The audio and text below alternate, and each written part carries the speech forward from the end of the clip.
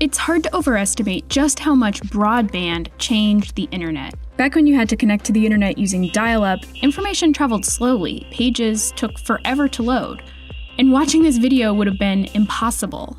Today's internet is a completely different creature, which is why it's so puzzling that the last time Congress passed major legislation for regulating the internet, it was 1996. And so the task of regulating the internet has fallen to 5 unelected bureaucrats, the Federal Communications Commission.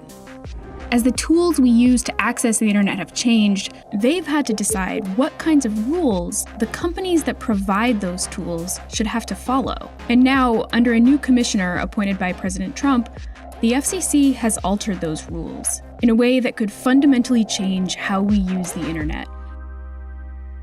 Take a deep breath. This decision will not break the internet. This decision puts the Federal Communications Commission on the wrong side of history. It creates a free-for-all that we have not had on the internet in the past. And that's very, very dangerous. It's gonna be What we're seeing here is the cableization of the internet. This is a dark day for innovation. This is a dark day for small business. It is a dark day for consumers.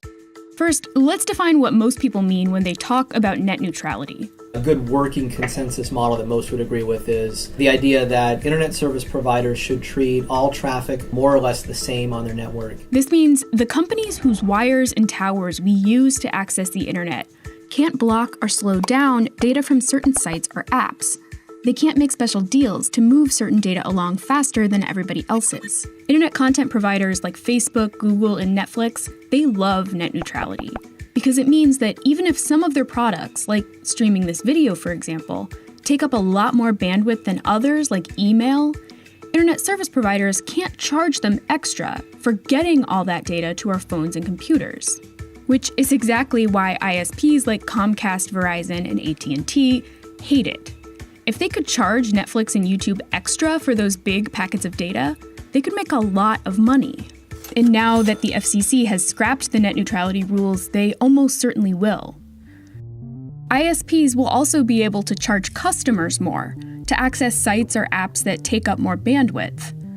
And some argue this will mean more choices for consumers. My sense is this will be fantastic, right? Because my daughter chews through my Verizon data cap every month, and all she ever does is Instagram. So if I could pay like $20 and get her a phone that I could text with her and talk with her, but would allow her to use Instagram and get her off my standard data plan, that would be great. But by privileging established tools like Instagram, these plans could make it a lot harder for new ones to break through. It's a time when more than ever we want to encourage and keep open a playing field for new services, new platforms to be able to get in the game and provide a real alternative. I mean, imagine a world in which we were all still stuck with MySpace. I don't think, that's what we want, but net neutrality is part of why that's not what we have. Until 2005, internet service providers were classified as common carriers, which meant the FCC could regulate them like phone companies. In the internet's early days, these regulations kept phone companies from charging customers extra for using dial-up services like AOL. And when phone companies started offering DSL broadband service over their lines, common carrier rules forced them to let their competitors use those lines too, which meant consumers had tons of choices when it came to picking an internet service provider. A 2003 page from the Washington Post lists 18 different DSL options for the Washington, D.C. region. Today, residents have less than half as many choices. So, what happened? In 2005, the FCC did the same thing it did in 2017. It said ISPs weren't common carriers, and it stopped regulating them like phone companies. And without that regulation, ISPs became virtual monopolies. Today, 2/3 of Americans live in areas with just one choice for high-speed internet.